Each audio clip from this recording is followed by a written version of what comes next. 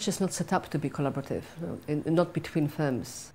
And if you go to a conference, architectural conference, as I did a couple of months ago, and just go around listening to what people are talking about, it's almost exclusively about getting work and fees and fishing out, how people are doing. They always wanted to know how big is your company and what kind of jobs have you got on. Very, very competitive. We always had very strong ethics in the way we like to run the firm. It started about 20 years ago, where so much architecture was beginning to simply support creation of wealth, speculative building in order to create growth and profits for invisible investors, most of it. And we never really wanted to be part of it.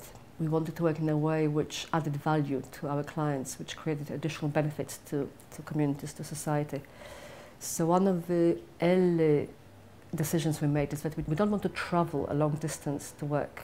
We sort of set ourselves a limit of about 70 miles or 2 hours of travel, and we quite religiously adhere to it.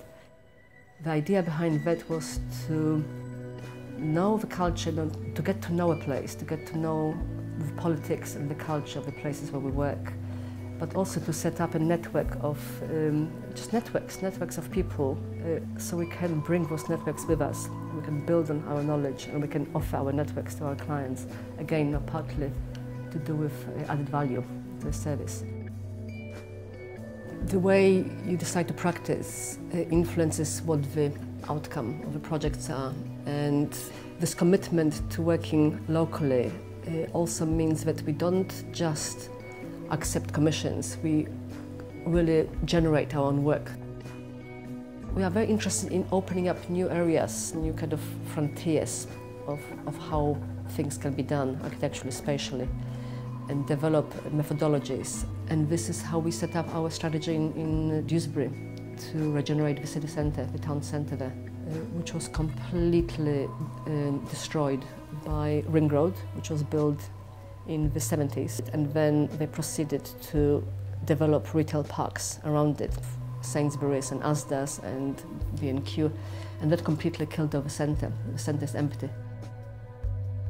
So we were invited in to work with the local community and the council to develop a strategy how to revitalise the town centre.